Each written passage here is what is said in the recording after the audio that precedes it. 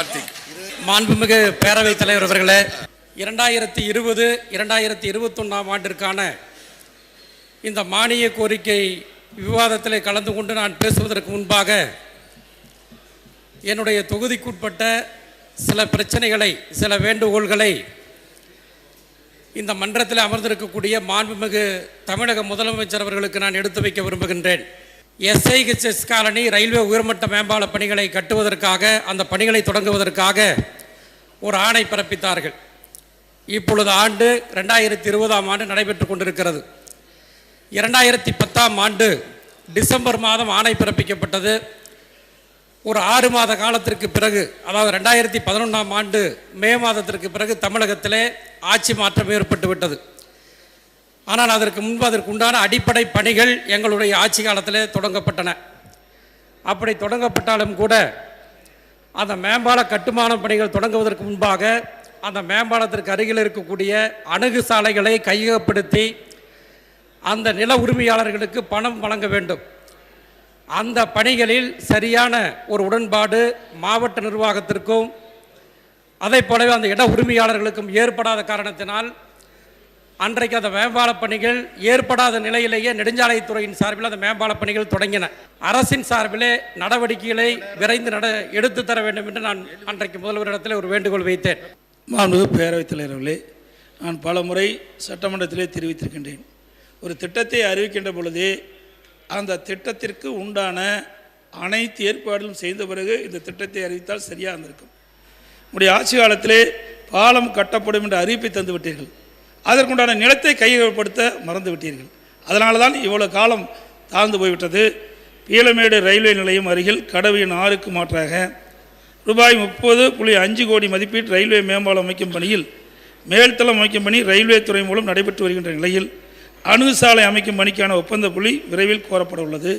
ஆகவே அந்த நிலத்தினுடைய உரிமையாளர், பாலம் அமைக்கப்படக்கூடிய பகுதி அணுகு சாலை பகுதியில் இருக்கின்ற நில உரிமையாளர் நீதிமன்றத்துக்கு சென்று விட்டார்.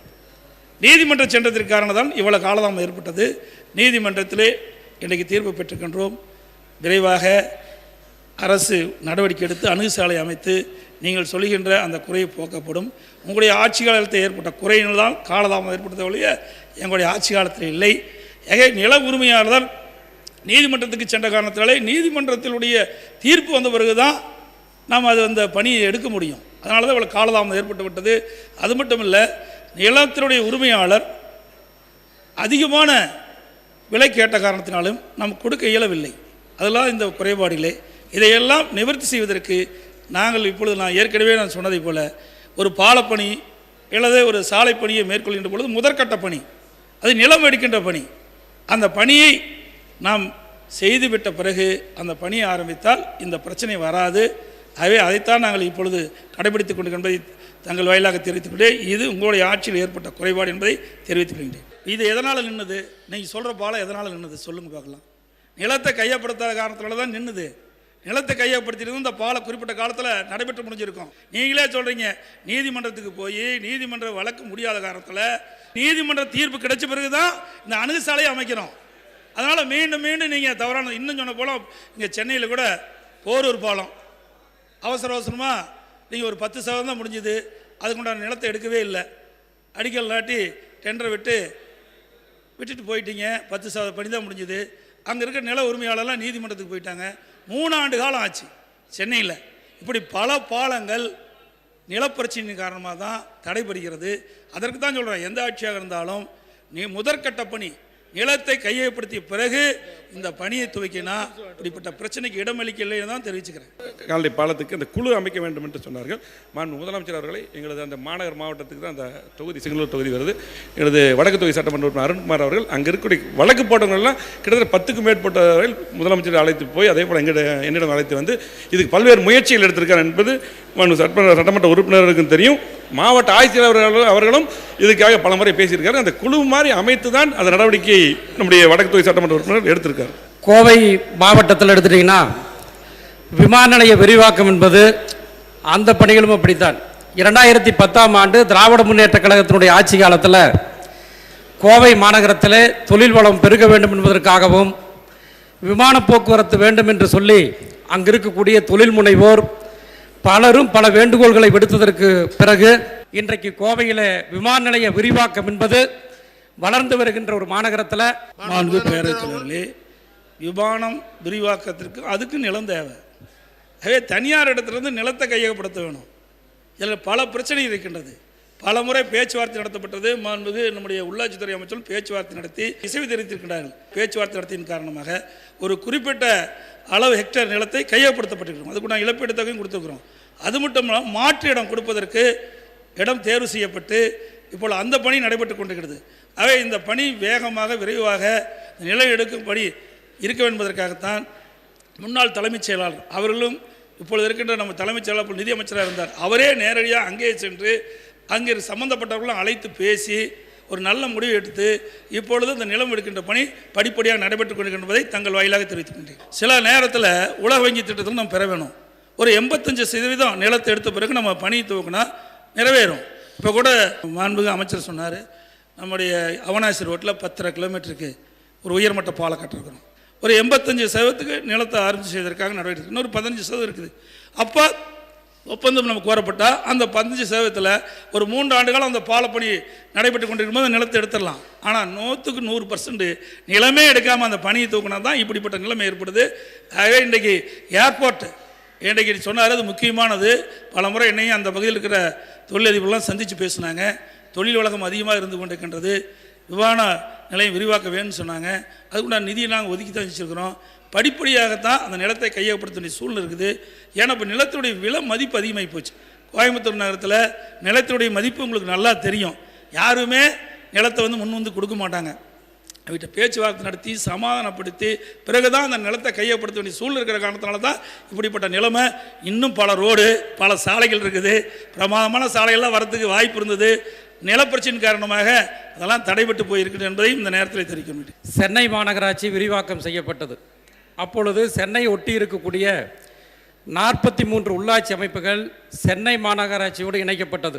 இணைக்கப்பட்ட உள்ளாட்சி அமைப்புகளில் பணியாற்றி கொண்டிருந்த குடிநீர் மற்றும் கழிவுநீர் அகற்றும் வாரியத்தில் உள்ள பணியாளர்கள் பணி நிரந்தரம் செய்யப்பட்டார்கள். அதே நேரத்தில் பார்த்திங்கன்னா 43 உள்ளாட்சி அமைப்புகளில் பணியாற்றிய ஊழியர்கள் சுமார் 642 பேர் இன்னும் பணி நிரந்தரம் செய்யப்படவில்லை. அவர்கள் பணி நிரந்தரம் செய்யப்படுவதற்கு இந்த அரசு முன்வர வேண்டும் என்று கேட்டுக்கொள்கின்றேன். அதை போலவே நம்முடைய தூத்துக்குடி சட்டமன்ற உறுப்பினர், திராவிட முன்னேற்ற கழகத்துடைய சட்டமன்ற உறுப்பினர், இன்றைக்கு அவர் அவைக்கு வரவில்லை. இருந்தாலும் நேற்றைக்கு என்னிடத்தில் ஒரு வேண்டுகோளை வைக்க சொல்லி கொடுத்திருக்கின்றார். தூத்துக்குடி நகரத்துக்கு முதலில் குடிநீர் கொண்டு வந்த கோமான் ராவ் பகதூர் குரூஸ் பர்னாந்த் அவர்களுக்கு தூத்துக்குடியிலே மணிமண்டபம் கட்டித்தர வேண்டும் என்று இந்த அரசுக்கு நான் வேண்டுகோளை வைக்க விரும்புகின்றேன்.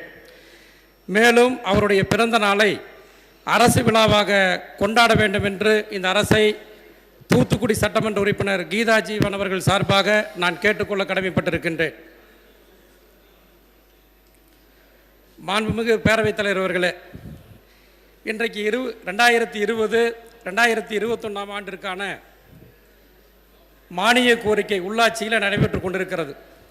இன்றைக்கி பார்த்தீங்கன்னா தமிழகத்தில் உள்ளாட்சித்துறையில் அதுவும் நகர்ப்புறங்களிலே மத்திய அரசினுடைய நிதியுதவியோடு மத்திய அரசு 50%, மாநில அரசு 50% என்ற அளவில் பல்வேறு திட்டங்கள், சீர்மிகு நகர திட்டங்கள் மூலமாக, அந்த திட்டத்தின் மூலமாக பல்வேறு திட்டங்கள் அறிவிக்கப்பட்டிருக்கின்றன. 2020-2021 ஆண்டு கொள்கை வழக்கு குறிப்பு புத்தகத்தில் 36-37 சொல்லப்பட்டுள்ளது பல்வேறு திட்டங்கள்.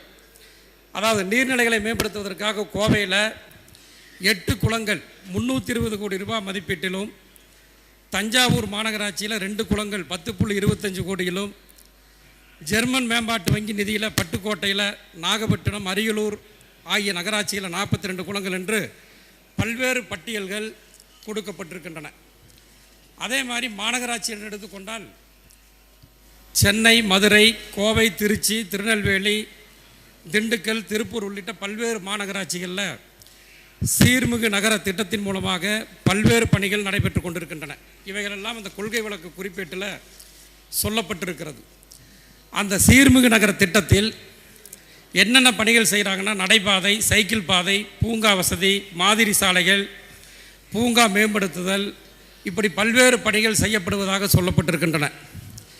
இந்த சீர்மிகு நகர திட்டத்தை பொறுத்தமட்டிலே செயல்படுத்துவதில் இன்றைக்கு எப்படிப்பட்ட நிலை இருக்கிறது என்பதை நாம் எண்ணி பார்க்க வேண்டும்.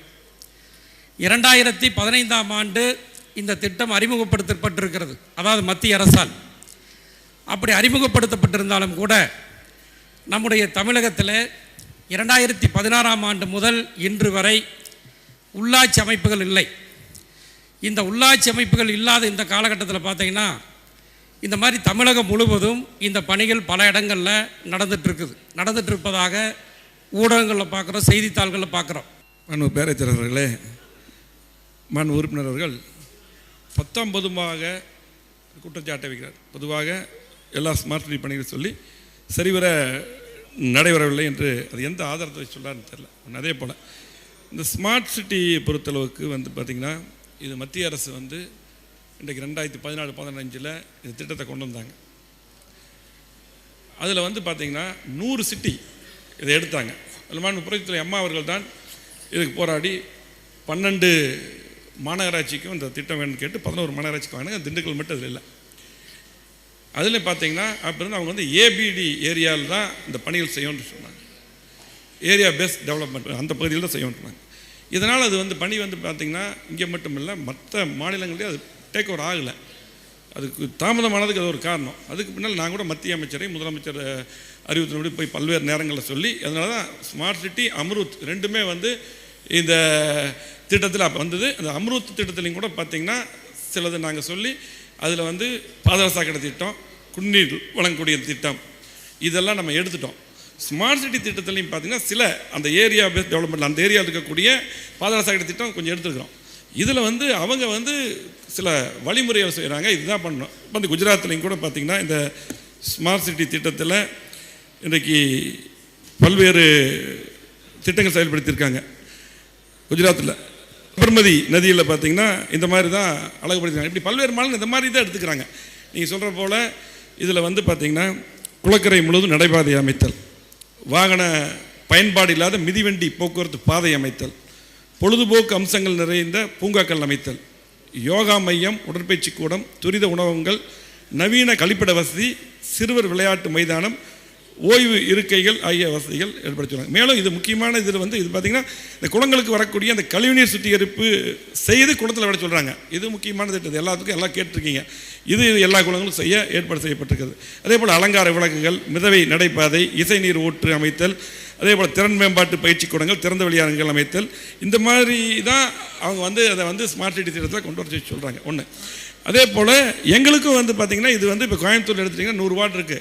அது கிட்டத்தட்ட ஒரு 20 வார்டு தான். அதிகமாக பார்த்திங்கன்னா அந்த திட்டம் அதிகமாக நம்ம தெற்கு சட்டமன்ற தொகுதிக்குள்ளேயே மேக்ஸிமம் முடியுது. சில குளங்கள் மட்டும்தான் வெளியே வருது. அதே போல் சென்னையில் எடுத்துட்டிங்கன்னா பார்த்திங்கன்னா 200 வார்டு இருக்குது. டி நகரில் தான் அதிகமாக வருது. அது ஏரியா பேஸ்ட் டெவலப்மெண்ட் அந்த இதில் தான் பண்ண சொல்லி இது மத்திய அரசாங்கம் சொன்னது. இதை போல் ரிலாக்ஸ் பண்ண சொல்லி நாங்கள் பல்வேறு இடத்துல போய் கேட்டோம். இதுதான். அதே இது பொறுத்தளவுக்கு அவங்க மத்திய அரசாங்கக்கூடிய வழிகாட்டுதல் தான் நம்ம செய்ய வேண்டியது இருக்குது. இருந்தாலும் கூட இதை பல்வேறு நேரங்களில் வலியுறுத்தியிருக்கோம். இதை பொறுத்தளவுக்கு இன்றைக்கி மதுரையாக இருந்தாலும் சரி, அதே போல் மல்டி லெவல் கார் பார்க்கிங் அந்த பகுதியில் செஞ்சுருக்கோம். இது அவசியமானது. இது எந்த ஏரியாவில் செஞ்சாலும் இன்றைக்கி விதிமுறைக்கு உட்பட்டு டெண்டர் ஆக்ட் படி தான் நடக்குது. அதே போல் இன்றைக்கி சட்டமன்ற உறுப்பினர்கள் நீங்கள் போய் பார்க்கணும், கமிஷனர்கிட்ட கேட்டால் அதுக்கான இது ஏர்போர்ட்டை பொறுத்தளவுக்கு 20 ஆண்டு கால பிரச்சனை. 20 ஆண்டு கால பிரச்சனை உங்கள் ஆட்சி காலத்தில் சரி. அதுக்கப்புறம் பின்னாடி அங்கே அந்த குழு போராடிட்டே இருந்தாங்க, இருக்கிற மக்கள்லாம் போராடிட்டு இருந்தாங்க. எவ்வளோ பெரிய போராட்டம் நடந்துருது. ஆனால் எங்களது முதலமைச்சர் எடப்பாடியார் வந்த பின்னா தனி மீட்டிங் போட்டார். அதுக்காக ஏர்போர்ட்டுக்கு தனி மீட்டிங் போட்டு சீஃப் செக்ரட்டரி கோயம்புத்தூர் அனுப்பினார். இது மட்டும் இல்லை, 627 ஏக்கர் நம்ம எடுக்கிறோம். அதில் பார்த்திங்கன்னா டெல்லியிலிருந்து பார்த்திங்கன்னா அதை குறைச்சி எடுக்கணும். அந்த விரிவாக்கத்துக்கு பல்வேறு பிரச்சனைகள் வந்தது. அதெல்லாம் கிட்டத்தட்ட நானே ஒரு 5 முறைக்கு மேலே முதலமைச்சர் சொல்லி இப்போ டெல்லி போய் பார்த்துட்டு வந்தேன். அமைச்சரை சந்திச்சுட்டு வந்து அதிகாரிகள் பார்த்துட்டு வந்தேன். பல்வேறு திட்டங்கள் அடிப்படையில் அதே போல் அங்கே இருக்கிறவங்களுக்கு மாற்று இடம் கூட முதலமைச்சர் உத்தரவு விட்டு அந்த கால்நடைத்துறை இடத்தை கொடுக்கறதுக்கு வீடு கட்டி தரதுக்கு சொல்லியிருக்காங்க. அதே போல் உங்களுடைய ஆட்சியில் அங்கே இருக்கிற மக்களுக்கு அந்த நிலத்துடைய மதிப்பை உயர்த்தி கூட நீங்கள் கொடுக்கல. அதான பிரச்சனையாகவே இருந்தது, போராடிட்டு இருந்தாங்க. அதுக்கு தனி கமிட்டி போட்டு நம்முடைய முதலமைச்சர் தான் அந்த நிலத்துடைய மதிப்பை உயர்த்தி கொடுத்துருக்காரு. ஆகவே அவங்களை எல்லாத்தையும் கூப்பிட்டு பேசி எல்லாமே பண்ணி சுமூகமாக எடுக்கக்கூடிய சூழ்நிலை இருக்குது. ஆகவே இன்றைக்கி அம்ருத்தாக இருந்தாலும் சரி, ஸ்மார்ட் சிட்டி திட்டமாக இருந்தாலும் சரி, இன்றைக்கி மத்திய அரசுடைய வழிகாட்டில் நடந்து கொண்டிருக்கிறது. இருந்தாலும் கூட நமக்கு அவசியமான திட்டங்களை பல திட்டங்களை எடுத்துருக்கோம் என்பது மாண்புமிகு பேரவைத் தலைவர் அவர்களே, தங்கள் வாயிலாக நான் உள்ளாட்சித்துறை அமைச்சர்களை கேட்டுக்கொள்வதெல்லாம், பல பணிகள் சீர்மிகு நகர திட்டத்தில் வந்து நடந்துகிட்ருக்கு. நானே வந்து சட்டப்பேரவை உறுப்பினர் என்ற முறையில் என்னிடத்தில் வந்து பல இடங்களில் அந்த பணிகளை பார்ப்பதற்கு நானே போய் நேரில் பார்த்துருக்குறேன். அந்த பணிகள் பல இடங்களில் வந்து கட்டுமான பொருட்கள் சரியான முறையில் ஒரு தகுதியான கட்டுமான பொருட்கள் பயன்படுத்துவதில்லை. அது மட்டுமல்ல, ஆனால் நீங்கள் காரில் போகும்போது ஒரு பொருளை பார்த்துட்டு இது வந்து தகுதி இல்லைன்னு சொல்லி எப்படி முடிவு பண்ணுறீங்க? எந்த அடிப்படையில் முடிவு பண்ணுறீங்க? நீங்கள் அதை வந்து செக் பண்ணிங்களா? அதாவது நம்ம டெண்டர் விட்டு எல்லாமே தரமாக தான் நம்முடைய அதிகாரிகள், மாநகராட்சி கமிஷனர், பொறியாளர் வாங்கிட்டு இருக்காங்க. நீங்கள் பார்வையிலே பார்த்துட்டு எந்த அடிப்படையில், எந்த ஆதாரத்தோட சொல்கிறீங்க தகுதி இல்லைன்னு சொல்லி போட்டு? தகுதியாக சிறப்பான முறையில் தான் இன்றைக்கு கோவை மாவட்டத்தில் நடந்திருக்கு. கோவை மாவட்டத்தை பொறுத்தளவுக்கு இன்னும் ஒரு படி சொல்ல போனால், எங்களது அம்மாவுடைய ஆட்சி காலத்தில், குறிப்பாக அண்ணன் எடப்பாடியார் அண்ணன் அவர்களும் அம்மா இருக்கின்ற காலத்திலும் இன்றைக்கு 50 ஆண்டு காலத்தில் அதை வளர்ச்சி கொடுத்துருக்கோம். இந்த ஸ்மார்ட் சிட்டி திட்டத்தில் இவ்வளோ திட்டம் செய்கிறது நீங்கள் செய்யணுமா வேண்டாமா என்ன சொல்கிறீங்க? சென்னையில் மட்டும் இன்றைக்கி மெரினா பீச் இருக்குது. இன்றைக்கி கோவை மாவட்டத்தில் குளங்கள்லாம் போகிறீங்க. அப்படி பார்த்தா நீங்கள் பார்த்தீங்கன்னா, நீங்கள் இப்படி சொல்கிறீங்கல்ல, இந்த குளங்களுக்கு இந்த மாதிரி இவ்வளோ செலவு பண்ணான்னு சொன்னீங்க. உங்களுடைய ஆட்சிகள், நான் அதுக்கு விமர்சனத்துக்கு போக நினச்சேன். உங்களுடைய ஆட்சி காலத்தில் 8 குளங்களை வந்து புனரமைப்பு செய்ய, குளங்களுக்கு மட்டும் கிட்டத்தட்ட பார்த்தீங்கன்னா ஜனூரில் 2008 நீங்கள் துணை மேயராக இருந்தீங்க. ஜனூரம் திட்டத்துக்கு 256 கோடி ரூபாய் மதிப்பீட்டில் 8 குளங்களை மேம்படுத்த விரிவான திட்ட அறிக்கை நீங்கள் அதை மத்திய அரசுக்கு அனுப்பியிருக்கீங்க, எடுத்து அனுப்பியிருக்கீங்க. இப்போ அதாவது பார்த்தீங்கன்னா ஒவ்வொரு இதுக்கும் குற்றம் சொல்ல விட்டுருப்பாங்க. ஆனால் ஆதாரம் இல்லாமல் பேசக்கூடாது. எங்களுக்கு கோவை மாவட்டத்தில் இன்றைக்கி பார்த்தீங்கன்னா இன்றைக்கி எல்லா சாலைகளும் 2012 அம்மாவுடைய அரசு வந்த பின்னால் பார்த்தீங்கன்னா இன்றைக்கி Trichy road, Avinashi road, Pollachi road, Thondamuthur road, Mettupalayam road, Sathy road, எல்லா ரோடு, பாலக்காடு ரோடு, எல்லா சாலையும் இன்றைக்கி அகலப்படுத்தப்பட்டு விபத்துகளை குறைச்சிருக்கிறோம். பாலங்கள் தான் எல்லா பாலம் கட்டியிருக்கிறோம். இன்னைக்கு ஏர்போர்ட் விரிவாக்கம் நடந்துட்டு இருக்குது. அத்திக்கடவு அவனாசி திட்டம் 70 ஆண்டு கால பிரச்சனை எங்கள் முதலமைச்சர் தீர்த்து வச்சிருக்கார். ஆகவே இன்றைக்கு கூட்டு குடிநீர் திட்டம் எல்லா கூட்டு குடிநீர் நாங்கள் தான் கொண்டு வந்தோம். 3வது கூட்டு குடிநீர் இன்னைக்கு முதலமைச்சர் இன்னைக்கு ஒப்புகை கொடுத்துருக்காரு. ஆகவே இன்னைக்கு அந்த திட்டம் வந்து 50 ஆண்டு காலத்து குடிநீர் பிரச்சனை இருக்காது. ஆகவே பல்வேறு திட்டங்கள் பார்த்தீங்கன்னா அதே போல பார்த்தீங்கன்னா அரசு மருத்துவமனை இன்னைக்கு அற்புதமாக இன்றைக்கு மேம்படுத்தியிருக்காங்க. கிட்டத்தட்ட 90 கோடி, இன்னும் 250 கோடி இன்னைக்கு முதலமைச்சரும் சுகாதாரத்துறை அமைச்சர் கொடுத்துருக்காங்க. இன்னைக்கு பல்வேறு திட்டங்கள் கோவை மாவட்டத்தில் இன்னைக்கு அத்தனை மக்களும் பாராட்டுறாங்க. நீங்கள் அது பாராட்டிட்டு பரவாயில்ல, குறை சொல்லாமல் பேச வேண்டும். அதே போல் ஆதாரம் இல்லாத குற்றச்சாட்டு சொல்லக்கூடாது என்பதை மாண்புமிகு பேரவைத் தலைவர் அவர்களே, தமிழ்நாட்டில் பார்த்தீங்கன்னா 2018ஆம் ஆண்டு சொத்து வரி உயர்வு, குடியிருப்புகளுக்கு வந்து 50%, வாடகை கட்டிடங்களுக்கு வந்து 100% மிக இல்லாமல், அதே மாதிரி வீடுகள் அல்லாத வணிக கட்டிடங்கள் உள்ளிட்ட பல்வேறு கட்டிடங்களுக்கு 100% சொத்து வரி விதித்து ஒரு அரசாணை வெளியிட்டீர்கள். பேரவைத்தவர்களே, நீங்கள் சொத்து வரியை குறைச்சது சரிங்கிறீங்களா இல்லையா? சொத்து வரியை இன்னைக்கு வந்து நிறுத்தி வச்சிருக்கிறோம். சொத்து வரியை யார் இதுக்கு முன்னாடி உயர்த்தினா? 2008 நீங்கள் தான் ஃபஸ்ட்டு சொத்து வரி உயர்த்தது. அம்மாவுடைய அரசு உயர்த்தவே இல்லை.